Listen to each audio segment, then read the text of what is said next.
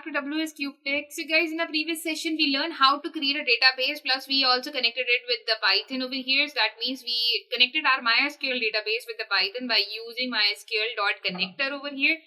In our today's session, we will be talking about the data types that are used in MySQL. So guys, why we are learning data types, first of all, let's understand that why there is a necessity to learn data types over here. So in our MySQL, when we will be creating the rows and the columns over here, basically the columns over here, that means when we will be creating the fields over here.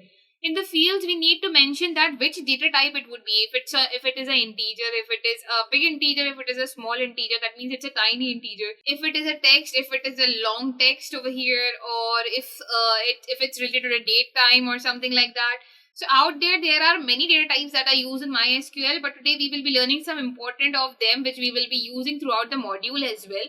So first of all, let's have a look at what all data types we have over here that we think are important over here and needs to be learned. So let's have a look on that. Before that, if you want to become a successful data analyst and if you want to learn from our experts live, then you can call on the given number or you can fill the form that is provided in our description.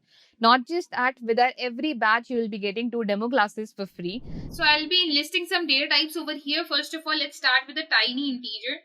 So I'll be writing tiny. Second is int. Third is, obviously, if we have tiny, then we have a big int as well. Next thing, these are the integers category. This is the category of integers. Then we have the category of text over here. For texts, we have varchar. If you remember, we have learned about varchar in our SQLite as well. Varchar we have a text as well.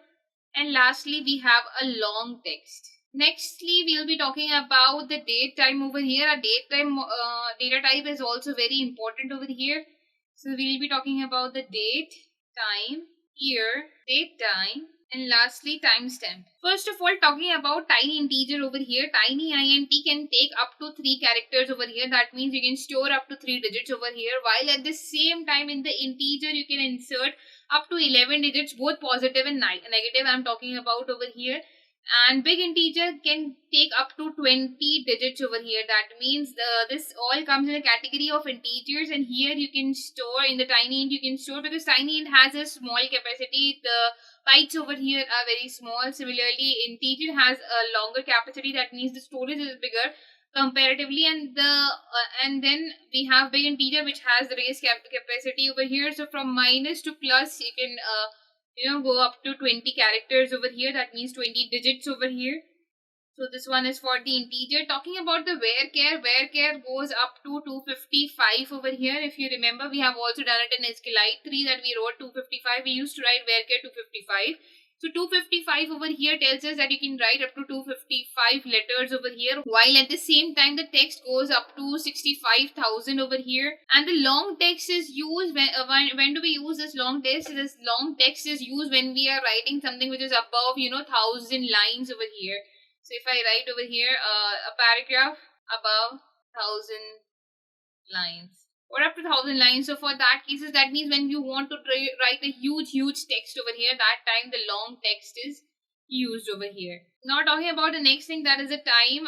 Moving ahead, let's talk about the date, time, year, date time and timestamp. They all come in the date time category only. First of all, talking about the date. Date comes in a format of year, month, and lastly the day. In this format our date comes. Similarly, time comes in the format of hours, minutes and seconds. The year comes directly in the format of year. That means, suppose if I'll write 2019 2020, that would be our year. Date time would come in this way. That means it will show us both the things of date time. That is, over here it will be, we can be writing year and we'll be writing month and the day, while at the same time we will also be mentioning about the time over here. That means it will also tell us hours, minutes and seconds.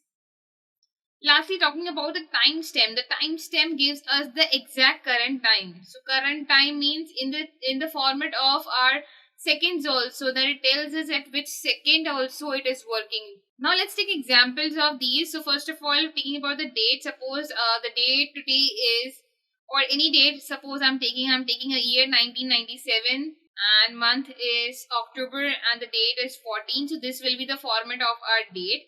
For the time would be like this, that it's 7 o'clock 30 minutes and let's say 25 seconds over here. So this will be the format of our time over here, while at the same time the year would be written as 2022 or 2010. In this way the year would come.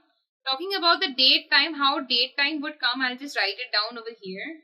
So for date time it would look like in this way. Suppose if I'm talking about 1997 10 and October, that means October 14, 1997 I'm talking about, and any time, let's say the time is 6 o'clock in the morning at 10 seconds.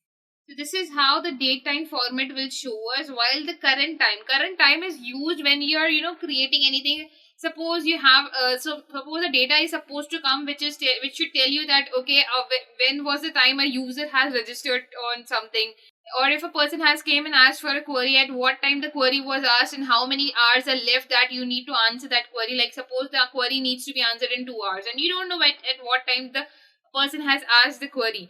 So current time will tell us that at what exact time the person has told us the query. Or if you want to maintain a data that when a person is coming or going of the current time or scenario, so that time the current time kind of data type is used, so it exactly gives you the exact time which is right now. So this is what our date time is. So here guys, we have discussed 10 data types over here, so I hope you guys have no doubts and no questions. In our next session, we will be talking about how to create a table in MySQL. So far we have created a database, plus we have also set up the connection. Next session, we will be learning how to create a table over there. So stay connected guys, and I'll see you in the next session. Thank you.